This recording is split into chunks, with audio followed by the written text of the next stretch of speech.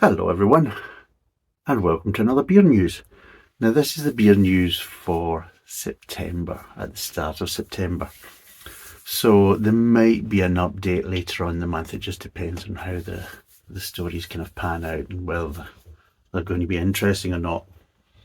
But I think we've got some interesting ones this time around. So we'll just get straight into it. So we will. I'll take a wee sip of beer just to make sure. Always good to wet that whistle. Lovely. And that is nice. Anyway, the first news item that we have is Czech brewery wins European Heritage Prize. So the Lobeck Brewery is one of 30 heritage projects to receive the European Heritage or Europa Nostra Award this year. For Czech architect Pavel Prusa, restoring a rundown building with historic value was a childhood dream nurtured during family tours of old monuments. Next month he will receive a major European Heritage Award in Venice for having renovated a sprawling derelict brewery on the brink of total destruction. The Renaissance era site in Lobeck, a village north of Prague, is now producing beer again after architect and his wife sank all their money into the high-risk investment. With an annual output of almost 100,000 litres of beer, the brewery looks set to thrive in the country known for its love of the tipple. I think we mean beer by that. The Czech Republic tops world rankings with its annual beer consumption of 139 litres per head, and it has seen small breweries emerge in recent decades. So there you go. So it's good. That's a more positive story that something's been brought back from the past, because it seems to be a trend in the beer industry that a lot of breweries are usually destroyed. They're usually kind of bought over, their brands are then made in the big kind of conglomerate brewery, and the traditional local brewery is then kind of discarded and sold off for development and everything else. So it's nice to see that we actually have some positive news, and it's nice to see that a brewery being resurrected rather than being destroyed. So yeah, I think that's a good positive one, because we don't get that many positive stories in the beer industry, so it's nice to actually start off with a nice one. So yeah, well done to them. I'm sure it's probably been a lot of hard work and probably a bit of a gamble as well, but it's nice to see that it's paid off and they're getting rewards for it. So yeah, well done, that's good. Now, here we go. This is a good one. The headline reads, "It all disappeared with Brexit. Craft beer boom ends as more than 100 UK firms go bust." So apparently the craft beer boom ending is all to do with Brexit. Interesting. So Kimi Karjalainen and his brother Marco poured their life savings into Bone Machine Brewing Company when it opened in Pocklington, East Yorkshire in 2017, before moving to Hull as part of the craft beer revolution that swept Britain. The entire investment, not including time and labour, that we gave for free was about £70,000. Karjalainen said. It's not an easy blooming name, isn't it? It definitely sounds Finnish as well. 4 weeks ago, it was gone. That was my parents' retirement. So it looks like you're investing somebody else's money, not your own. But anyway, it just got too much. Brexit. Karjalainen said. We are heavily geared for export. We'd be selling to Finland, Sweden, Norway, Ireland, Netherlands, Italy, Spain. We had Hungary in the pipeline, and it's all disappeared with Brexit. Post-Brexit trading arrangements with the European Union countries meant that Bone Machine's craft beers needed to be accompanied by an expensive and time-consuming paperwork. Everyone was saying it's too complicated to import anything from the UK anymore. Carolina said. They like keep pushing his blooming. What was his first name? Kimmy. Oh no, you have to keep using his surname. You couldn't use Kimmy. That'd be too easy, wouldn't it? Bastards. Anyway, everyone was saying it's too complicated to import anything from the UK anymore, Caroline said. In terms of pure output, it was about 30 to 40% of what we made. In terms of income, it was probably more than half. Now, Bone Machine is one of more than 100 small brewers that have been forced out of business in the past 18 months, hit by a combination of Brexit, the pandemic and the cost of living crisis, and now threatened by changes to beer duty laws. In June, the accountancy firm Mazars found that 45 small brewers had gone into liquidation, but many more have either been sold or swallowed by rivals. Another reason for changes is the new rules on beer duty. Beer, wine and spirits used to have different levels of tax, but from the 1st of August have been taxed accordingly to alcohol content. That means a 10.1% rise on bottles and cans of beer, according to the British Beer and Pub Association, and stronger craft beers are hit harder. Meanwhile, lager hasn't gone away. Pete Brown is the co-founder of Forest Road Brewery in South London, whose main product is a lager called Posh. Out of 100 beer drinkers, about 70 are lager drinkers, no matter what, he said. So, what do you think? Do you think breakfast? Well, I think it's a bit too early for breakfast, or a bit too late for me. Yeah, do you think Brexit has had a real big bearing on craft beer breweries in this country? And let's be totally honest, if you are brewing beer in the UK, then really you should be concentrating on your main market being the UK, and obviously growing that and making that your, what we call, bread and butter. If you're so reliant on exporting, which is quite an interesting one, because we will be bringing that up in the actual Czech beer reviews, because we've got one coming up quite soon, which is quite interesting with some of the facts I can basically pass on to you that you're not really getting from a lot of reviews and everything else of their products. And there's a company in the Czech Republic that produces a beer that the majority of the beer that they do produce is actually for export. And really, if these exports went down the pan, they would probably be in quite serious trouble. And that's not a good business practice, especially if things can change, especially in multiple countries.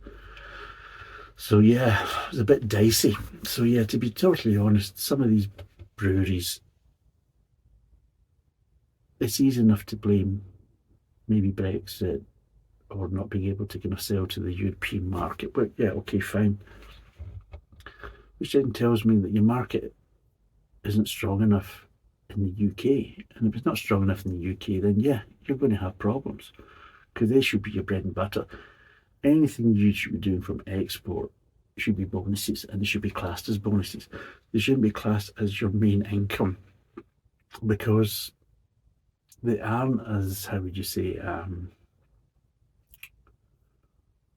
robust and maybe a secure revenue stream, because, like you say, countries can change their import laws, they can change their duties and everything else. So these type of things are always quite kind of fluid in a lot of ways. And let's be totally honest, they're not going to think about a little craft brewery in the UK when they're trying to win votes, and they will basically do things and make policies and decisions to win votes. That's what politicians do. They don't make decisions to basically help the country. They make decisions to help themselves. Of course they do.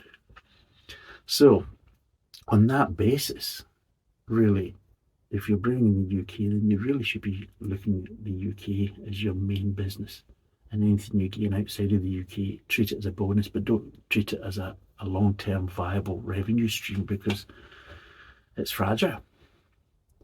And let's be totally honest, going by what they were saying, is they started in 2017.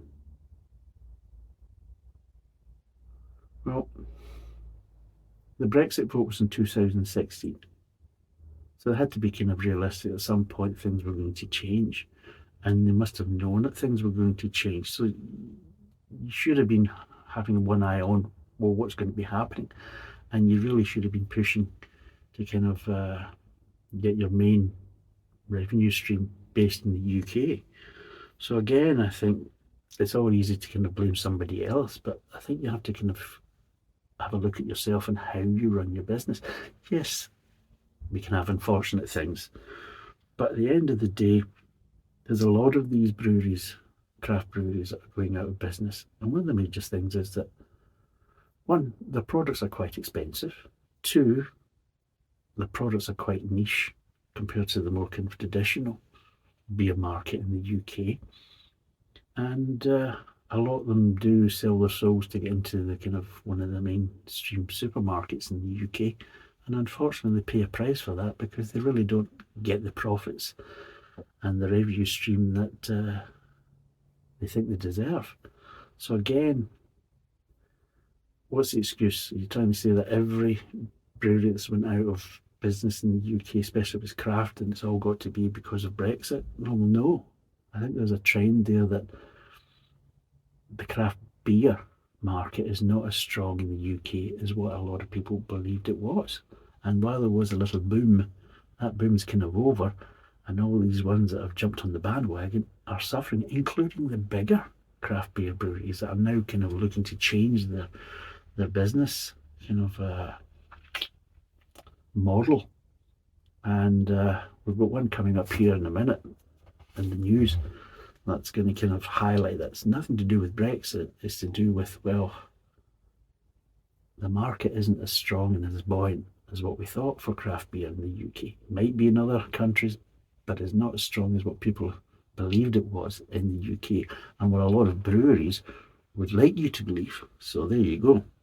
Well, what do you think? Do you think Brexit has basically been a disaster? Do you think Brexit has been a big problem for breweries and has really made their survival a lot more difficult, especially in the present kind of climate with changes in alcohol laws and inflation and cost of living? So let us know what you think. So on to the next one. Hammerton to launch Nitro Dry Stout in can using widget technology. Next week, award-winning North London-based Hammerton Brewery released their popular core range Nitro Stout flavour, Tint. Yes, that's Tint, in cans using widget technology. Last year, Hammerton released their Nitro Dry Stout on draft, and it quickly became their biggest selling stout and moved into their core range. Since that time, they have heavily invested in research and development to expand their knowledge and capabilities with nitrogen technology by investing in a liquid nitrogen tank and a nitrogen doser for their canning line, and have been carrying out R&D using widget cans for the last 12 months. They now believe to be the first English brewery to can a stout using widget cans. So there you go. So apparently everybody's kind of jumping on the kind of nitro stout bandwagon, so they're all wanting to kind of get a share of this buoyant nitro Irish-esque stout market, because obviously we've had quite a few new ones. Of course, Guinness became for the first time the most popular draft beer sold in pubs, so it was the biggest seller. Then of course we had Black Heart coming from Brewdog, they brought out a nitrous stout. And then of course I think you've got Forged Irish Stout by Conor McGregor. He's got that out. At some point we will get round to reviewing it, but I'm not in any mad rush. And now we've got another one. So we've got basically Tint. Got to be careful how you say that, but yes, Tint, from the Hammerton Brewery in London. So hopefully we can maybe get hold of some of that as well in the future, and we'll do a review of that. But it seems to be very popular. People like that kind of smooth creaminess that the nitro pour gives you in cans. So yeah, what do you think? You prefer a stout and kind of more normal carbonated form, or do you quite like the nitrous pours that you're getting from cans or even on draft? You think that's quite good? Me personally, I prefer going back to an old Irish porter. You can keep all your kind of nitro Irish stouts, and I would rather have a traditional dual pour Irish porter, because they were nice. That was a nice pint, so it was. But in saying that, I used to quite like a Beamish and a Murphy's. I'll be totally honest, I'd rather have a Beamish and a Murphy's over a Guinness any day. I prefer the more kind of smokiness and a bit more stronger flavour. So there you go. Anyway, talking about flavour, time for another drink.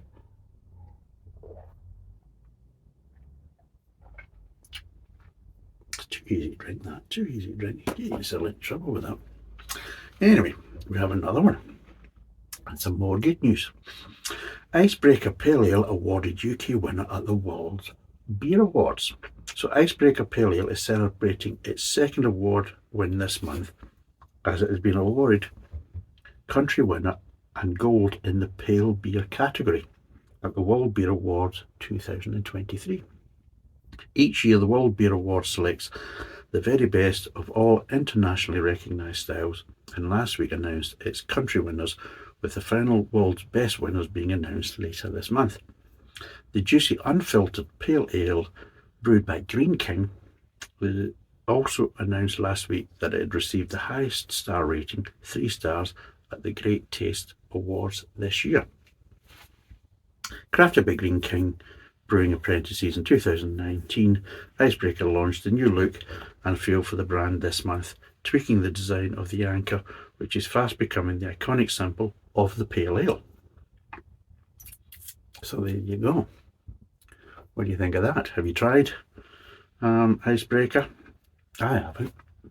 I haven't tried it. It'd be interesting to see what it's like, to see if it's a worthy winner, or there's some other kind of jiggery pokery going on, because some of these beer awards, well, I think some of it's down to how they're actually judged, and I think some of the judging process doesn't help certain beers out, and how they actually kind of do the judging. And I also think sometimes a little bit of kind of, well, hey, they've got to try and share out the prizes amongst the many to try and kind of show the diversity with, and give off the impression it's such a strong industry that we have, and it's all kind of self-promotion and everything else. So I think sometimes there's a bit of kidology going on with some of these awards, because I've tasted some award-winning beers and you're thinking, seriously? That's dreadful. So I suppose everybody's kind of has their own opinion, but there's been quite a few award-winning beers that I've tried in the past that I've just thought, no, they're very disappointing. So, but anyway, hopefully at some point we'll get it. But if you have tried it, let us know what you think, and whether you have tried it and whether you think it is probably a worthy winner of it. On to another thing with Green King, because this seems to be in the news quite a lot just now. But apparently Green King has launched the Mischief Maker for cask. So Green King Brewery will be launching Mischief Maker, its latest limited edition cask ale, for August and September as part of its fresh cask release calendar for 2023. The 6% golden cask available for the summer months is a double dry hopped DDH IPA that uses British hops to deliver a complex mix of fruit aromas and flavours. The name for the DDH IPA was inspired by the renowned herbalist and astrologer Nicholas Culpeper, who brought medicine to the masses and attempted to make medical treatments more accessible in the 1600s. So, Mischief Maker. I've got to admit, when I did hear the name, the first thing I thought was, well, it's got to be Nicholas Culpeper. It's got to be. That's who they're on about. Yeah, right. I don't know how they get from Mischief Maker to, oh well, it's got to do with a renowned herbalist and astrologer. I've never come across him, which probably is to his relief just as much to mine. But yeah, apparently that's what's inspired it. There you go, marvellous. Okay, Well, if you have tried it, let us know what you think. And I don't think we'll get a chance to kind of review it because I'm really having problems trying to find pubs that I can use to do reviews in that actually have interesting beers and also have the kind of facilities that I can kind of go away in the kind of background and not get kind of in the way of other drinkers. So anyway, what do we have now? Now here's a bit of a strange one. So this is one from America. And I honestly don't know if it's a good thing or a bad thing. Some people might think it is, and some people might think it isn't. But Tilray is buying beverage brands from Molson Coors and Anheuser-Busch as cannabis industry struggles. Tilray Brands is expanding its footprint in alcoholic and cannabis beverages, buying up brands from Molson Coors and Anheuser-Busch as legal restrictions hamper the marijuana industry. The major cannabis company announced Friday it will be acquiring the remaining 57.5% equity ownership of cannabis-infused drink makers Truss Beverage from Molson Coors Canada. The transaction price was not disclosed. The move comes amid a broader push by Tilray to branch out from the more traditional cannabis products. Tilray announced earlier this month that it would acquire 8 beer and beverage brands from Anheuser-Busch for $85 million. It was the latest in a string of craft beer acquisitions that has made Tilray one of the biggest forces in the space in the US. It hopes to achieve a similar effect by snapping up beer brands from Anheuser-Busch.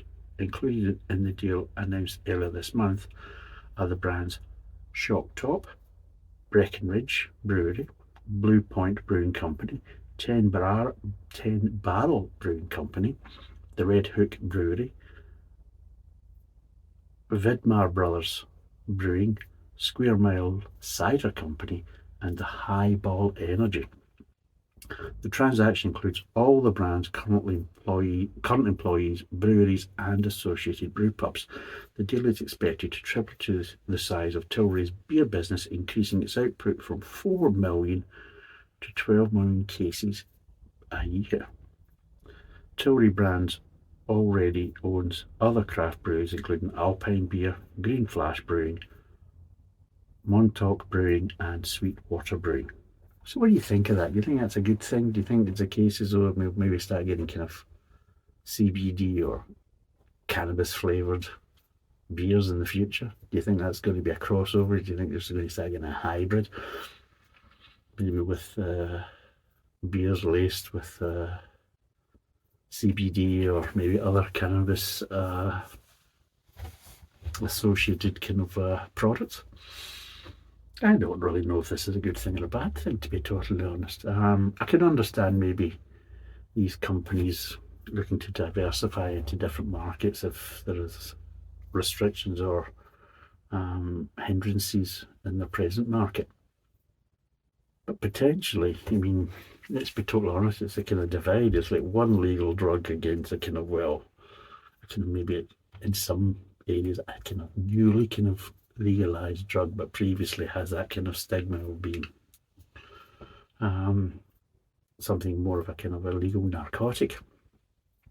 But obviously in some states it is. And then of course you've also got the kind of medical cannabis as well, that market, which is of course is obviously something completely different and has different regulations.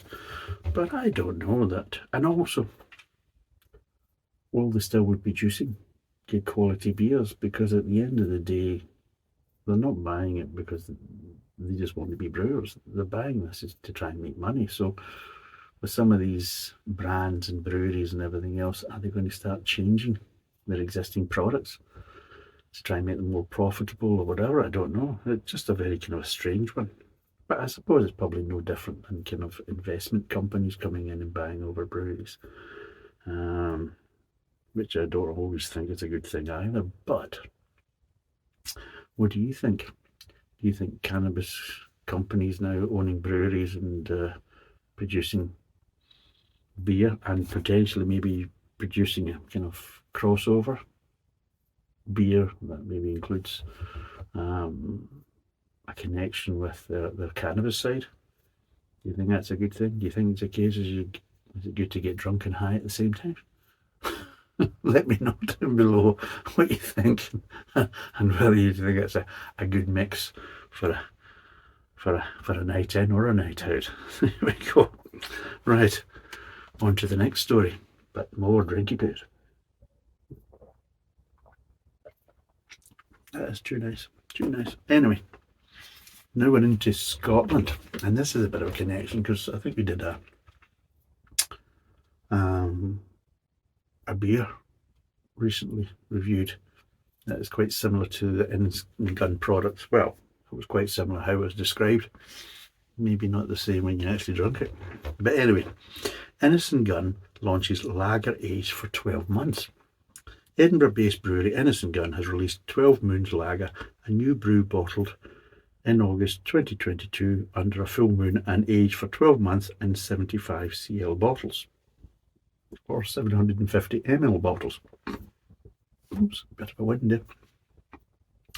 The 5.8% lager, which is bottle conditioned and unpasteurised, is the fourth beer in Innis & Gunn's limited edition range for 2023.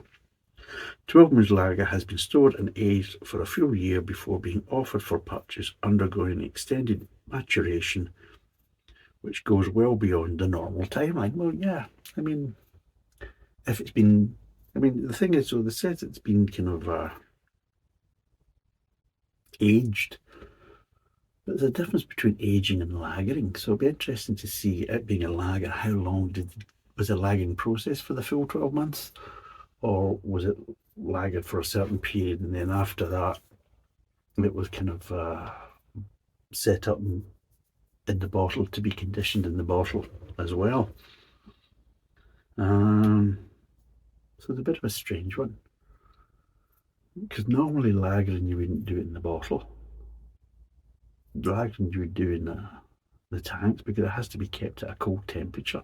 I mean, it'd be a bit different if you were doing lagering in bottles, as it would really wouldn't be particularly cost effective.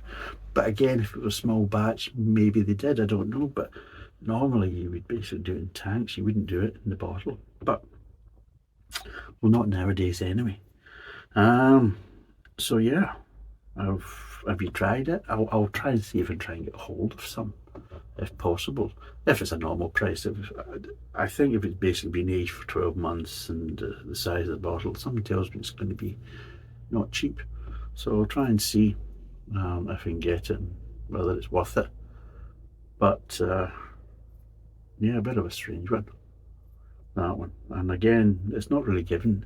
It comes out with a statement, but there seems to be, with that statement, for people like me anyway, it kind of poses more questions than it answers. Like, well, how long have you actually really lagered it for? Are you referring to aging as the actual lagering process? Have you been doing the lagering in the bottles, or have you been doing it in a separate kind of lagering tank? What temperatures were you using? And I mean, there's all these different types of things, but yeah. And again, why do you do it for 12 months? I can understand the kind of, from basically, new moon from one moon to the other and that type of stuff. But again, I've got to look at the basis as, is this really worthwhile? And is it a bit of a gimmick? Let's be totally honest. So again, what do you think? I think it's a bit kind of, I would need more answers to really kind of make a judgment on it, in my view. But initially, just with the kind of questions it's posing, I'm kind of dubious about it to a certain degree. Now, here's one. Brewdog. Now, if you've ever heard of Brewdog, I'm sure you probably have. You might even have been unlucky enough to try some of their products, especially the more craft beer ones.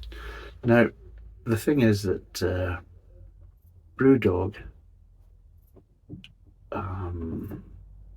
earlier on this year, well, technically it was end of 22, the start of 23, that they started to bring out this Black Heart Stout, which again was supposed to be more of a traditional stout, and again it was a nitro pour as well to kind of take on Guinness and maybe get a little bit of a share of that market.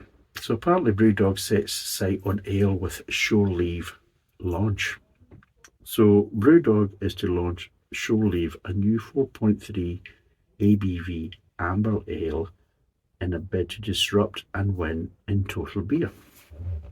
The Scottish brewer will launch the Moorish Malty Amber Ale in single 500ml bottles with an RSP of £2.05 in a 4-pack 440ml cans at £6.25 RSP, which is recommended sale price, and 10 440ml RSP packs at £12.50 formats from the 1st of September.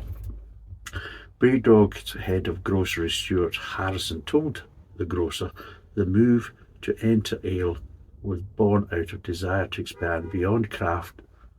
The fuckers are out with the bloody cars again. Now they're tooting their horns. Seriously. This every fucking time. I actually purposely, I thought, right, well, hang off and I'll actually do this beer news later, so it wouldn't be affected by people coming along with their cars and revving their cars and everything else. Now they're coming along revving the car, giving them a little toot to the horn as well. That's lovely, that, isn't it? Seriously.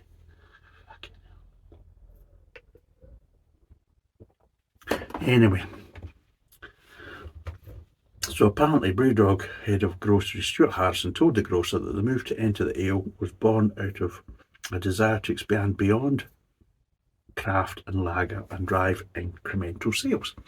So they're looking past their kind of a craft and lager situation and looking at more kind of traditional beer market and trying to get a bit of a share of that, because I think they're starting to realise is if there's going to be any growth, there's going to be in that, and it is the biggest market by quite some margin, and it still will always be from that point of view, especially if you look at more mainstream lager drinkers. There's a lot of mainstream lager drinkers, and apparently he said we've got to a position on craft where we've probably got 100% distribution in grocery, he said. So whilst we'll continue to try and bring people in, it comes to a point where that category is only so big. So he's even admitting that while they may be trying to bring in new drinkers and attract new drinkers into the craft beer market, let's be totally honest, the growth isn't there. It's kind of saturated, and if they really want to kind of increase revenue and bring in new growth and sales, then they have to look at other markets. And of course, obviously the natural market is the more kind of mainstream and traditional beer market, and that looks very similar when they did the Black Heart, and now they're bringing out an amber ale. So there you go. So the move into ale comes 7 months after Brewdog launched Black Heart, a stout aimed at challenging the ubiquity of Guinness. Harrison said Black Heart was now worth $2 million in retail, adding it and Lost Lager were converting mainstream beer drinkers over to draft. Well, no, not really. I wouldn't say. I mean, if you're producing a lager, you can call it craft, but let's be totally honest, it's just going to be a lager. You can hype it up as much as you want, but it's just a lager. And let's be totally honest, if it's not particularly affordable, then most lager drinkers aren't going to drink it. The majority of them are still going to stick with the mainstream piss water. But this is an interesting one, because one of the things we associate with craft is they're usually a lot more expensive. They hype it and everything else and claim there's all such wonderful jiggery pokery going on, and oh well, the ingredients come from the gods directly themselves and all this nonsense and that type of stuff, and there'll be mist, magic and fucking unicorns and everything else fucking pissing all over it. But let's be totally honest, one of the major things you associate with craft beer is you don't get very much of it, and it's usually a hell of a lot more expensive. That's the reality. There you go. Regardless of whether you love the taste or you don't love the taste. I'm not even going to get into that. That's subjective. But let's be totally honest, price per volume is a heck of a lot more expensive. But I was in Tesco's, which is a supermarket. If you're not in the UK, it's a big kind of supermarket chain. It's supposed to be the biggest one in the UK. But I was in there a couple of weeks back with Adrian, and I think it was £5.25 for a 4-pack of Guinness, 440ml, 4.2%. For the Black Heart Stout from Brewdog, it was £4 for a 4-pack of 440ml cans at 4.2%. So exactly the same volume, exactly the same ABV, but it was £1 a can. And that's what was going on in Tesco's. So let's be totally honest, that's not trying to attract people over to the craft side. What that's trying to do is the craft trying to muscle in on mainstream beer market to try and make a profit and trying to attract new revenue. And that's what we're trying to do.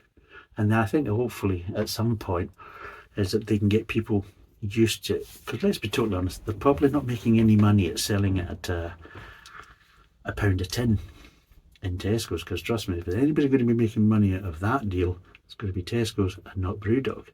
So they may be breaking even, they might even be taking a bit of a loss on it, but they might be looking more long term, that if people get used to the flavour and get to enjoy Black Heart and get used to that kind of a value for money, then if they can start pushing that out to the pubs, then hopefully people might go down that route as well and start buying Black Heart on draft, and that's where they'll maybe start making a bit of a profit. Plus also, if they get people kind of hooked on the stuff and enjoying it, then eventually they can maybe bump up the prices as well in the cans. But yeah, so let's be totally honest, if you're selling for £1 a can, that's not basically bringing people over to the craft, you know, they've seen the light. No, you're fishing. That's what you're doing.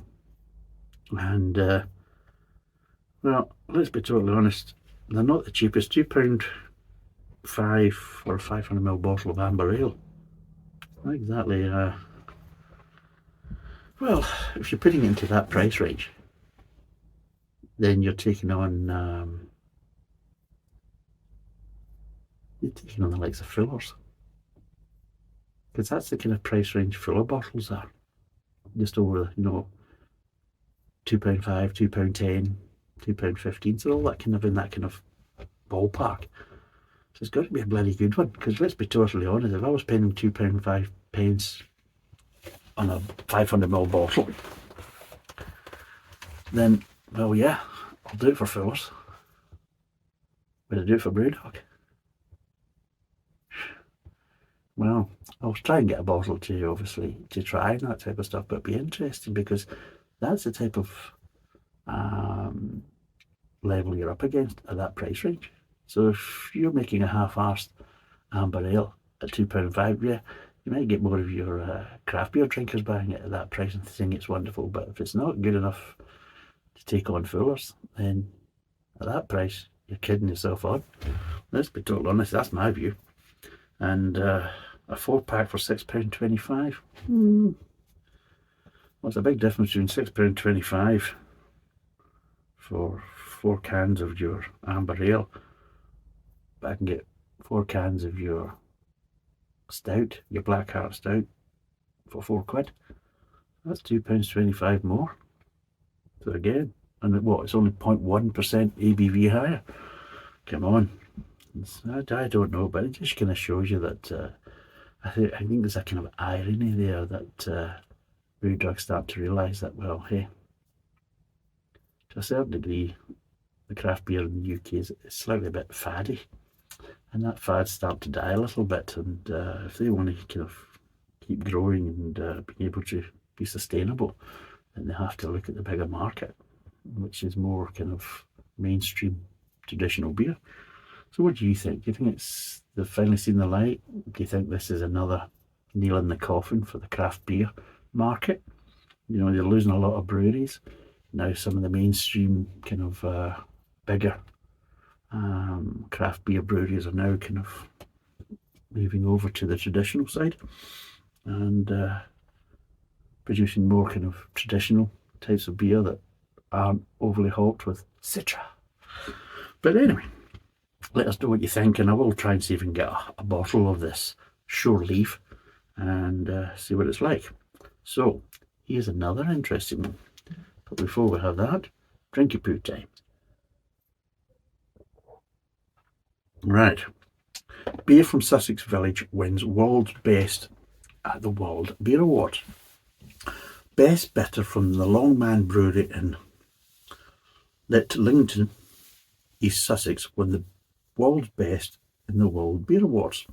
A spokesman for the company said, "Well done to all the Longman crew who worked so hard behind the scenes to make this naturally excellent beer, and thank you to all of our best bitter fans. We couldn't have done it without you." In March, Longman Brewery's Old Man won gold at the Society of Independent Brewers Association (SIBA) Independent Beer Awards 2023 in the Best Bottle or Canned Bitter in the UK category. The ale also won the Regional Award last year. Last year, the brewery also won 6 awards at the World Beer Awards 2022, including the World's Best Beer for its Old Man Premium Bitter for the second time. The company also brewed a new beer for the coronation of King Charles III. So, that's also something interesting. So that's a beer I'm going to try and get hold of, because apparently, well, it's won quite a lot of awards with a few different kind of associations. But it's also basically been the world's best. So apparently it's the world's best beer in the World Beer Awards. So it'll be interesting to see. And it's a bitter. I'll be totally honest, I do prefer more Yorkshire style bitters, but I do like a bitter anyway, regardless of where it's brewed, because I do like a bitter finish. I like my beer like I like my women. Bitter. You know what I mean? So yes. Be interesting to see what it's like, and I'd like to try and get hold of it. But again, it's a bit of nice positive news for the brewing industry, especially in the UK, that we actually have supposedly good beers winning awards and winning quite prestige awards. I'm saying that in inverted commas because, again, like I've said before, some of these awards and some of these kind of competitions, they are dubious, I would probably say, to a certain degree, just because anything associated with the beer industry, I've got to say, there has to be kind of an element of dubiousness about it, because there is so much kind of skullduggery going on in the brewing industry that any type of awards usually has some sort of angle to it, and it's not as straightforward or as honest as what you think or what they want you to believe.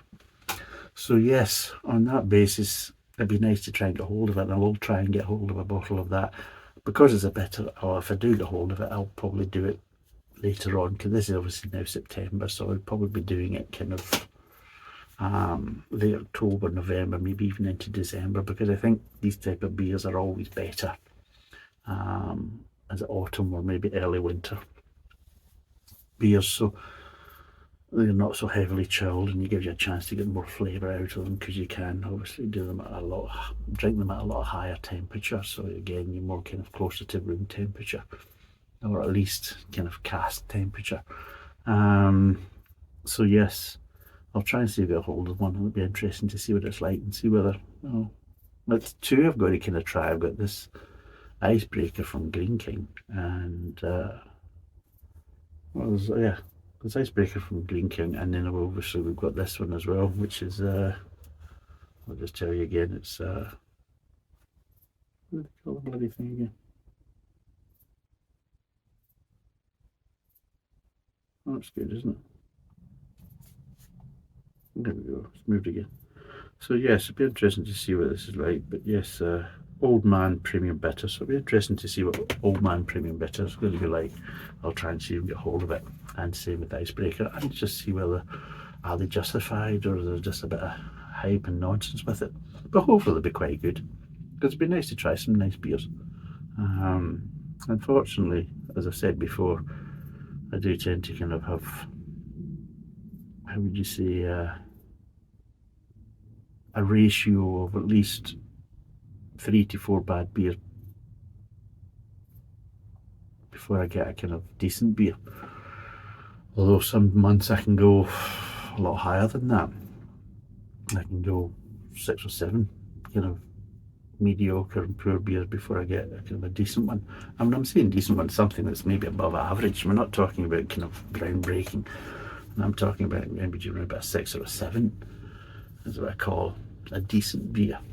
But we're not talking about a fabulous beer. We're not talking about the 8s and 9s and things like that. But yeah, unfortunately, I have to get a lot of below average beers before I kind of get a kind of above average beer, which is a bit disappointing.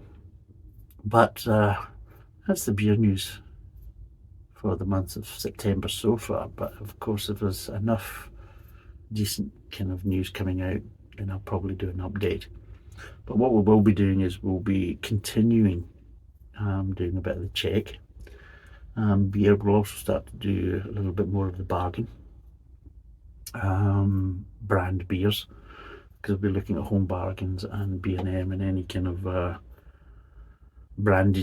cheap branded beers that they sell from Europe, and we'll get them in and see how they compare to the kind of cheaper own brand supermarket beer. So we will be kind of expanding on that one. And also, because of the kind of weather's now kind of changing, we'll also be kind of starting up the Yorkshire series again as well, so that will be a continuing as the weather's starting to get a little bit colder now, and we start getting into more towards autumn.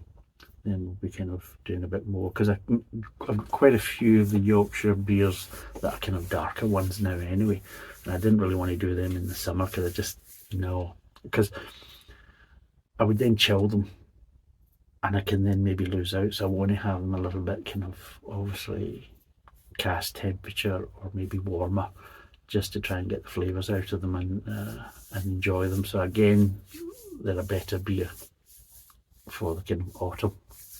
So we'll be continuing on that, and so that's the kind of main series. And of course, if anything interesting kind of comes about, I also think it's a case as though we're going to be doing some German beer. Not because I actually planned to do some German beer, it was because the wife went shopping and she's seen certain beers in certain supermarkets, so she bought me them. And at the end of the day, I'm looking at a box just now. At the end of the day, I wasn't planning to do these as a review. But now I've got them, I might as well. So I will be doing some German beer coming up as well, a little kind of mini series, but it wasn't really planned and I wasn't really looking for doing it. But at the end of the day, well, I might as well drink them because I've got them. So I might as well review them and see and let you know what they're like. And so that's what's kind of coming up in the next kind of few months anyway. So this is the end of the beer news. Thanks for watching. Cheers, and bye for now.